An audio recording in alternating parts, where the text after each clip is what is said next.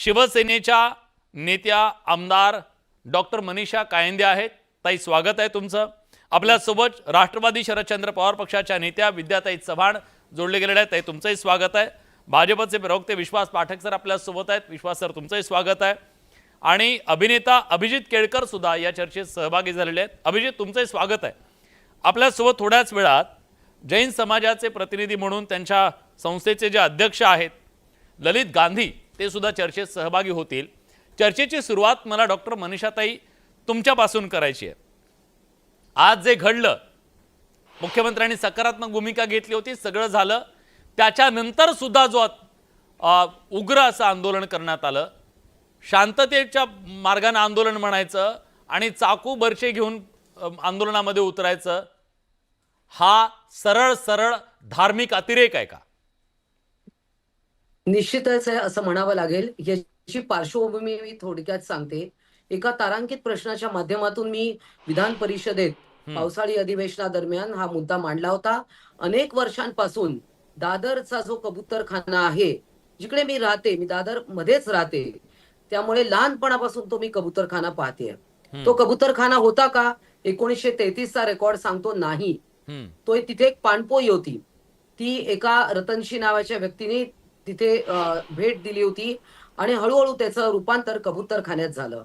आणि अनेक kilo, 50-60 kilo रोजच्या रोज जर का तिकडे धान्य टाकायला लागलं, कबूतर यायला लागले आणि त्याचं एक मोठ्या प्रमाणात त्याचं स्वरूप आपल्याला पाहायला मिळालं। हे मुंबईत एकाच ठिकाणी आहे का? तर नाही, हे 51 ते 58 ठिकाणी आहे। कोणी परवानगी मागून सुरू केलंय का? तर नाही। कोणाचं ऍप्लिकेशन आहे का? तर नाही। लोक काही ठिकाणी दाणे टाकायला चालू करतात, कबूतर यायला चालू करतात। किराणाच्या दुकानाच्या बाहेर असे कबूतरखाने ठिकठिकाणी मुंबईत सापडतील। त्यामुळे हे सगळं जे काय आहे ते सगळे इल्लीगलच आहे।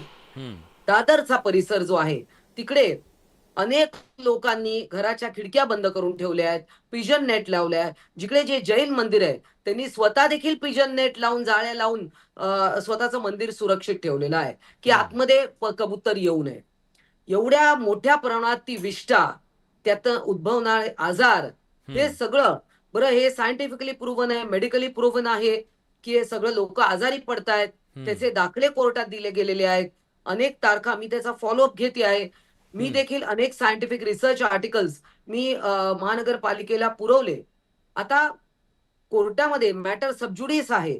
त्यानंतर मंगलप्रभाजी लोढा यांनी कमिशनरना भेटले, मग नंतर मुख्यमंत्र्यांकडे गळ घालून मीटिंग घेण्यात आली। त्यानंतर मुख्यमंत्र्यांनी सकारात्मक सांगितलं की ठीक आहे, कंट्रोल्ड करूया, एकदम बंद करण्यापेक्षा आपण काहीतरी त्याच्यावर कंट्रोल्ड ऍक्शन घेऊया। एवढं सकारात्मक मुख्यमंत्री बोलल्यानंतर एक प्रकारे त्यांना धर्मसंकटात देखील टाकलं, कारण कोर्टाचा अवमान देखील कुठेतरी होण्याची शक्यता होती। तरी देखील ते रिस्क घेऊन मग ते आज सगळं तिकडे जो काय उद्रेक, सगळे हातोडे घेऊन आले, चाकू सुरे घेऊन आले, ते ताडपत्री कापायला, कारण ती काय कागदाची नव्हती फाटण्यासारखी हाताने। त्यामुळे हे सगळं झालं। म्हणजे मुख्यमंत्र्यांनी सकारात्मक भूमिका दाखवून सुद्धा हे सगळं झालं। आणि आज उद्याची तारीख आहे, उद्याच्या तारखेपर्यंत आपण थांबू शकलो असतो। बरं, उद्याची तारीख काय अंतिम आहे का? अजून 1-2 तारखा पडतील। कोर्टाने काही अजून फायनल डिसिजन दिला नाहीये। परंतु जे लोक अशा पद्धतीने कबुतरांना तिकडे सतत चारत असतील, आता काल मुख्यमंत्र्यांनी सांगितल्यावर एका माणसाने एका फुटपाथवर जवळजवळ 5 किलोची गोणी रिकामी केली। सगळ्या अनेक ठिकाणी हे चालू आहे, सगळीकडे सुरू आहे। हो, अगदी खरं आहे हे।